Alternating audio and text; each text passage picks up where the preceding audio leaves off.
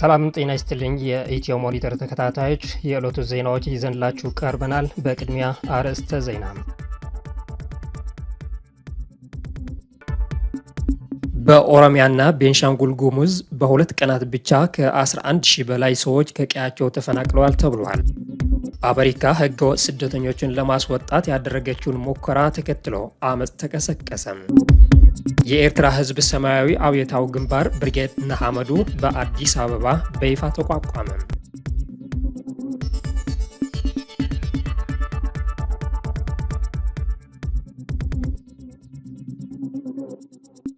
በኦሮሚያና ቤንሻንጉል ጉሙዝ አዋሳኝ አካባቢዎች በተፈጠሩ ግጭቶች ከ11,000 በላይ ሰዎች መፈናቀላቸው ተገልጿል። የሰብአዊ እርዳታ ኤጀንሲዎች በአካባቢው ውጥረት ሊባባስ ይችላል ብለዋል።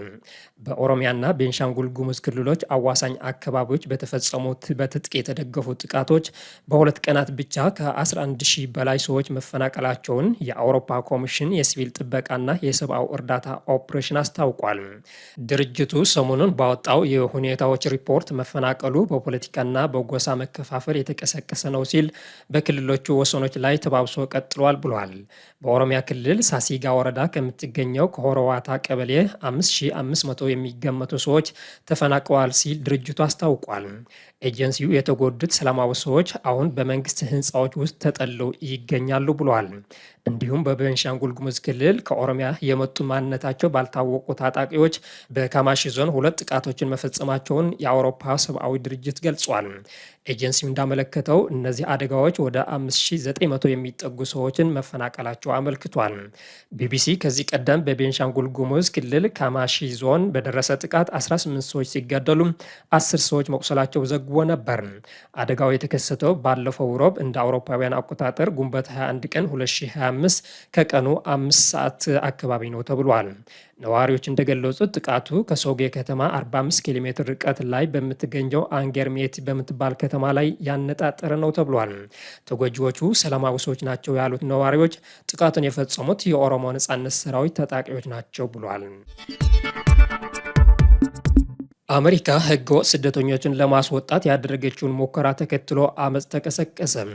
አመፁን ለማስቆም ፕሬዝደንት ትራምፕ ፖሊስ አሰማርቷል። የአሜሪካው ፕሬዝደንት ዶናልድ ትራምፕ በሎስ አንጀለስ ለተቃውሞ የወጡ ስደተኞች የፈጠሩትን አለመረጋጋት ለመቆጣጠር 2,000 ወታደሮች አሰማርቷል። የካሊፎርኒያው አስተዳደር የፌዴራል የጸጥታ አካላት መሰማራትን ተቃውሞታል። የካሊፎርኒያው ብሔራዊ ዘብ ስራን በመውሰድ 2,000 ወታደሮችን ማሰማራት ሆን ተብሎ ጠብ አጫሪነት ነው፣ ውጥረትን ያባብሳል ሲል አስተዳደሩ ተቃውሞታል። ትራምፕ ስደተኞችን ከአሜሪካ እንዲባረሩ በዋናነት የሚደግፉት ቶም ሆርመን ቅዳሜ ዕለት ለፎክስ ኒውስ ሎስ አንጀለስን ደህንነቷ የጠበቀች እናደርጋታለን ብሏል። ቅዳሜ ዕለት በሎስ አንጀለስ ከፍተኛ የደቡብ አሜሪካ ዜጎች በሚኖርባቸው አካባቢዎች ለሁለተኛ ጊዜ ከፍተኛ ተቃውሞ ቀስቅሷል። ተቃውሞ ሰልፈኞቹ ከፌዴራል የስደተኞችና የጉምሩክ ፖሊሶች ጋር ተጋጭቷል። የፓራማውንት ዲስትሪክት ተቃውሞ ሰልፎቹን ለመበተን አስለቃሽ ጋዝና ዱላ ጥቅም ላይ አውለዋል። ተቃውሞው እሁድም የቀጠለ ሲሆን ሰልፈኞች 4 ሚሊዮን ሕዝብ በሚኖርባት በሎስ አንጀለስ ከተማ በበርካታ የመሃል ከተማ ክፍሎች ላይ ያተኮረ ነው። ፕሬዝደንት ትራምፕ የ12 ሀገሮች ዜጎች ወደ አሜሪካ እንዳይገቡ የሚከለክል አዋጅ ማጽደቃቸው ይታወሳል። የአፍጋኒስታን፣ ማይናማር፣ ቻድ፣ ኮንጎ ሪፐብሊክ፣ ኢኳቶሪያል ጊኒ፣ ኤርትራ፣ ሄይቲ፣ ኢራን፣ ሊቢያ፣ ሶማሊያ፣ ሱዳንና የመን ዜጎች ከአሜሪካ ታግደዋል። የፕሬዝደንት ዶናልድ ትራምፕ አዲሱ የ12 አፍሪካና የመካከለኛ ምስራቅ ሀገሮች ዜጎች ወደ አሜሪካ እንዳይጓዙ የሚከለክለው አዋጅ ከዛሬ ሰኔ 2 ጀምሮ ተግባራዊ ሆኗል። እንዲሁም አዋጁ ከቡሩንዲ፣ ኩባ፣ ላኦስ፣ ሴራሊዮን፣ ቶጎም፣ ተርክሜኒስታን እና ቬንዙላ በሚመጡ የዩኤስ ውጭ ባሉና ትክክለኛ ቪዛ በሌላቸው ሰዎች ላይ ከፍተኛ ገደቦችን ይጥላል። ባለፈው አርብ ለሁሉም የአሜሪካ ዲፕሎማቲክ ሚስዮኖች በወጣው መመሪያ መሰረት አዲሱ እገዳ ከዚህ ቀደም በዝርዝሩ ውስጥ ካሉ ሀገራት ለወጡ ሰዎች የተሰጠውን ቪዛ አይሰረዝም። ነገር ግን ከእገዳ ነፃ ለመውጣት ጠባብ መመዘኛዎችን ካላሟሉ በስተቀር መመልከቻው ከሰኞ ጀምሮ ውድቅ ይሆናል ተብሏል። ከዚህ ቀደም ቪዛ የነበራቸው ተጓዦች እገዳውን ተግባራዊ ከሆነም በኋላም ወደ አሜሪካ መግባት መቻል አለባቸው። ከተዘረዘሩ ሀገሮች ውስጥ ብዙዎቹ ጥቂት ሰዎችን ወደ አሜሪካ የሚልኩት ቢሆንም ሄይቲ፣ ኩባ እና ቬንዙዌላ ከቅርብ ዓመታት ወዲህ ዋነኛ የስደተኞች ምንጭ ነበሩ። የኢትዮጵያ አየር መንገድ ወደ ኪጋሊ 50 ዓመታትን ያስቆጠረውን አገልግሎት አከበረ። የኢትዮጵያ አየር መንገድ ወደ ሩዋንዳ ኪጋሊ ያደረገውን 50ኛ ዓመት በረራ አክብሯል። እንደ አውሮፓውያን አቆጣጠር በ1975 የተጀመረው የአዲስ አበባ ኪጋሊ መስመር በሁለቱ ሀገራት መካከል ጠንካራ ዲፕሎማሲያዊ፣ ኢኮኖሚያዊና ባህላዊ ግንኙነትን ለመፍጠር ትልቅ አስተዋጽኦ እንዳለው የምስረታ በዓሉን ምክንያት በማድረግ የወጣ መግለጫ አመልክቷል። የኢትዮጵያ አየር መንገድ ግሩፕ ዋና ስራ አስፈጻሚ አቶ መስፍን ጣሶም ዝግጅቱ የግማሽ ምዕተ ዓመት ቁርጠኝነትን የሚያንጸባርቅ መሆኑን ጠቁሟል። እንዲህ ያለ ምዕራፍ ላይ መደረሳችን በጣም ደስ ብሎናል።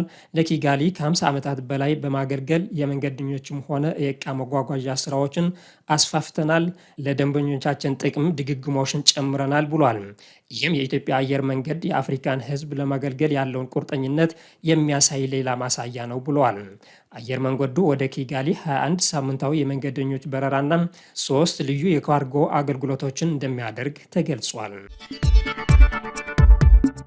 የሱዳን ጠቅላይ ሚኒስትር ነበር አብደላ ሐምዶክ የሱዳን ችግር የፖለቲካ መፍትሄ የሚሻ መሆኑን ተናገሩ። በቀድሞው ጠቅላይ ሚኒስትር አብደላ ሐምዶክ የተመራ የሱዳን ሲቪል ልዑካን ዓለም አቀፍ ማህበረሰብ ለሱዳን ችግር ፖለቲካዊ ብቻ መፍትሄ እንዲሰጥ አሳስቧል። የተፎካካሪ የፖርት ሱዳን ባለስልጣን መንግስት ለመመስረት የሚሞክሩት ሙከራ ጦርነቱን ከማራዘም በስተቀር ለውጥ አያመጣም ሲሉም አስጠንቅቋል። የሱሙድ የሲቪል ህብረት የልዑካን ቡድን ከሰኔ 1 እስከ 3 በማራካሽ በሚገኘው የሞ ኢብራሂም ፋውንዴሽን አስተዳደር በተካሄደው ስብሰባ መልእክቱን አስተላልፏል። ታዋቂ ግለሰቦች ያሲር አርማን፣ ኦመር ማኒስ እና ባክሪ አልጂካ ያካተተው የልዑካን ቡድን ታማኝ የፖለቲካ ሂደት ብቸኛው የቀጣይ መንገድ ነው ሲሉ ተከራክረዋል። የፖርት ሱዳን ባለስልጣን መንግስት ለመመስረትና አዲስ ህጋዊነት ለመመስረት የሚያደርገው ማንኛውም ሙከራ ጦርነቱን ያራዝማል ሲል አስጠንቅቋል። የሱዳኑ የላዕላዊ ምክር ቤት ፕሬዝደንት ጀነራል አብዱል ፈታህ አልቡርሃን አዲስ ጠቅላይ ሚኒስትር መሾማቸው ይታወሳል። በመሆኑም አብደላ ሐምዶክ የሚመራው ኮሚቴ ዓለም አቀፍ ማህበረሰብ በዚህ ወጥመድ ውስጥ እንዳይገባ አሳስቧል። በስብሰባው ወቅት ጦርነቱን ለማስቆም የሚፈልግ ትልቅ የሲቪል ጥምረት መሆኑን የሚገልጽ ህብረቱ አሁን ባለው ሁኔታ ሱዳንን የአፍሪካ ህብረት አባልነቷን ለመመለስ የሚደረገውን ጥረትም አስጠንቅቋል። የልዑካን ቡድኑ አቋም ግንቦት 20 የአፍሪካ ህብረትና የተባበሩት መንግስታት ካሚል ኢድሪስን በጠቅላይ ሚኒስትርነት ለመሾም የተደረገውን አቀባበል ተከትሎም ወታደራዊ መራሹ መንግስት የሲቪል አገዛዝን ለመመለስ ያለመ ነው በሚል መስጋቱ ነው። የስሙድ የልዑካን ቡድን አንድ ግንባር ለመፍጠር በወሰደው እርምጃም ከሱዳን ነጻ አውጪ ንቅናቄ መሪ አብደል ዋሂድ አልኑር ጋር ሰፊ ውይይት አድርጓል። ሁለቱ ወገኖች የሲቪል ኃይሎቹን አንድ ለማድረግ የሰፊው ግንባር የጋራ ኮሚቴ እንዲሰራ ተስማምቷል። የልዑካን ቡድኑ ጥረቶች በተሳካ ሁኔታ የሱዳንን ቀውስ በፎረሙ አጀንዳ ላይ ከፍ በማድረግ የብሪታንያ ውጭ ጉዳይ ሚኒስትር፣ የተባበሩት መንግስታት ምክትል ዋና ጸሐፊና የቀድሞ የአፍሪካ ህብረት ኮሚሽን መሪ ጨምሮ ተሰብሳቢዎችን ሰፊ አስተያየት ሰጥቷል። የሲቪል ቡድኑ በጦርነቱና በበሽታ መስፋፋት የሚሰቃዩ ዜጎችን ለመደገፍ ፈጣን ዓለም አቀፍ ምላሽ እንዲሰጥ በመጠየቅ የሱዳንን ሰብአዊ አደጋ አጉልቶ አሳይቷል። እየተካሄደ ያለውን ጦርነት ሱዳኖችን ለከፋ ሰብአዊ ቀውስ እየዳረገ ነው። ረሃብ እየተከሰተ ሲሆን ወደ 13 ሚሊዮን የሚገመቱ ሰዎች ቤታቸውን ጥሎ ተሰዷል። የኮሌራ በሽታም እየተስፋፋ ነው ተብሏል። የተፈናቀሉት መካከል 4 ሚሊዮን ያህሉ ወደ ጎረቤት ሀገሮች መሰደዳቸው መረጃዎች ያሳያሉ። ህወሓት የፌዴራል መንግስትን ከሰሰ። ህወሓት በየሳምንቱ ይፋ በሚያደርገው መልእክቱም የፌዴራል መንግስት በምዕራብ ትግራይ ታጣቂዎችን እያጠናከረ ነው ሲል ከሷል። በምርጫ ቦርድ የተሰረዘው ህወሓት ባወጣው ሳምንታዊ መግለጫ በምዕራባዊ ትግራይ በመንግስት ድጋፍ የሚደረግላቸው ታጣቂዎች በደል መፈጸማቸውን ቀጥሎበታል ብለዋል። ጨምረውም እነዚህ ታጣቂዎች የፌዴራል መንግስቱ የማስወጣት ኃላፊነት ያለበት ቢሆንም በተለያየ መንገድ እንዲጠናከሩ እያደረገ ነው በማለት ከሷል። ህወሓት በሸራሮ የተፈናቃዮች መጠለያ ካምፕ በየወሩ ከ250 እስከ 300 አዳዲስ ሰዎች ከምዕራብ ትግራይ እየተፈናቀሉ እንደሚገቡም አስረድቷል። በመሆኑም የፌዴራል መንግስቱ የፕሪቶሪያውን የሰላም ስምምነት ሙሉ በሙሉ በመተግበር ከመከላከያ ሰራዊት ውጭ የሆኑ ኃይሎችን ከትግራይ እንዲያስወጣና ተፈናቃዮቹን ወደ ቤታቸው እንዲመልስ ማሳሰቢያ ሰጥቷል። በትግራይ ሲካሄድ የነበረውን ጦርነት ከ2 ዓመታት በፊት በፕሪቶሪያ ስምምነት ቢቆምም በሚሊዮን የሚቆጠሩ ተፈናቃዮች እስካሁን መመለስ አልቻሉም። በዚህም ለአምስተኛ ክረምት በጊዜያዊ መጠለያ እንዳያሳልፉ ሰግቷል። ሰሞኑን ጽላል የተሰኘ የምዕራብ ትግራይ ሲቪል ማህበረሰብ እንዳስታወቀው ከሰኔ 11 እስከ 13 በመቀሌና ጄኔቫ ከተሞች ከፍተኛ ህዝባዊ ሰልፍ ያደርጋል። ህዝባዊ ሰልፉ አምስተኛ ክረምት በመጠለያ ይብቃ የሚል መሪ ያለው ሲሆን በረሃብ እያለቁ ያሉትን የትግራይ ተፈናቃዮች ከክረምት በፊት ወደ ቀያቸው እንዲመለሱም በኢትዮጵያ መንግስት ጫና ለመፍጠር ያለመ ነው ተብሏል። የጤና ሚኒስቴር በድጋሚ ከድቶናል፣ ስለዚህ የስራ ማቆም አድማው ይቀጥላል ሲል የኢትዮጵያ ጤና ባለሙያዎች ንቅናቄ ቦርድ አስታወቀም።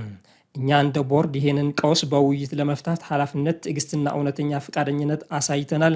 ሚኒስቴር መስሪያ ቤቱ ግን በድርጊቱና በዝምታው በግልጽ እንዳሳየው የሀገሪቱን የጤና ስርዓትን የሚያገለግሉ ባለሙያዎችን ለመጠበቅ፣ ለማዳመጥ ወይም ለመደራደር ፈቃደኛ አለመሆኑን በግልጽ አሳይቷል ብለዋል ቦርዱ። በመሆኑም የስራ አድማው በመላ ሀገሪቱ እንደሚቀጥል አስታውቋል።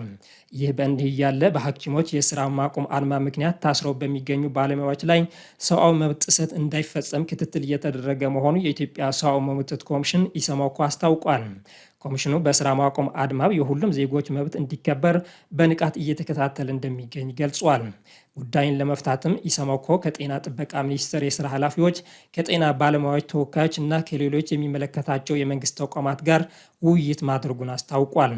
አክለውም በፖሊስ በቁጥጥር ስር የዋሉ የሕክምና ባለሙያዎች አያያዝን አስመልክቶም ክትትል በማድረግ ላይ እንደሚገኝ አመልክቷል። የሕክምና ባለሙያዎችን ከተመጣጣኝ ደሞዝ፣ ከጥቅማ ጥቅም፣ ከሙያ እድገት እድሎችን እንዲሁም ከምቹ የስራ ቦታና የስራ ቦታ ነፃነት ጋር የተያያዙ ባለ 12 ነጥብ ጥያቄዎችን ሚያዝያ 3 ቀን 2017 ዓ.ም ለጤና ሚኒስቴር ማቅረባቸው የሚታወስ ነው።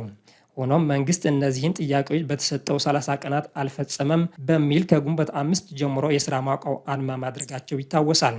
ይህን ተከትሎም በማህበራዊ ሚዲያዎችን ቅስቀሳ አድርገዋል። በሌሎች በስራ ላይ በተገኙ ባልደረቦቻቸው ላይ ዛቻና ማስፈራራት አድርሰዋል። እንዲሁም በጤና ዘርፉ ላይ ሁከት በመፍጠርና የታካሚዎችን ሕይወት አደጋ ላይ ጥሏል ያሏቸውን 47 የሕክምና ባለሙያዎች በቁጥጥር ስር አውሎ ምርመራ ማጣራት መጀመሩን የኢትዮጵያ ፌዴራል ፖሊስ ማስታወቁም ይታወሳል። የኤርትራ ህዝብ ሰላማዊ አብዮታዊ ግንባር ብርጌድ ንሓመዱ በአዲስ አበባ በይፋ ተቋቋመ። በአዲስ አበባ ከበርካታ ቀናት የዝግ ስብሰባዎች በኋላ የኤርትራ ህዝቦች ሰላማዊ አብዮታዊ ግንባር ብርጌድ ንሓመዱ የተቃውሞ ንቅናቄ ትላንት በይፋ መጀመሩ ተገልጿል። ግንባሩ በአዲስ አበባ በሰጠው መግለጫ በኤርትራ መንግስት ላይ የተደራጀ ትግል መጀመሩን አስታውቋል። ይህ የተቃውሞ ግንባር በኢትዮጵያ ምድር በይፋ መጀመሩም በኤርትራና በኢትዮጵያ መካከል ባለው የሻከረ ግንኙነት ላይ ሌላ ውጥረት ሊፈጥር እንደሚችል ታዛቢዎች ይጠቅሳሉ። ብርጌድ ንሓመዱ በአዲስ አበባ ቢሮ መክፈቱንና ስልጠናዎችን መጀመሩ ቀደም ብሎ መረጃዎች ተሰራጭቶ እንደነበር ይታወቃል። አሁን በሰጠው መግለጫ ደግሞ ግንባሩን ከኢትዮጵያ በተደራጀ መንገድ ትግል መጀመሩ ይፋ አድርጓል። የተከበራችሁ የኢትዮ ሞኒተር ተከታታዮች ለዛሬ የያዝናቸው ዜናዎች እነዚህ ይመስሉ ነበር። ስለተከታተላችሁ እናመሰግናለን። ሰላም።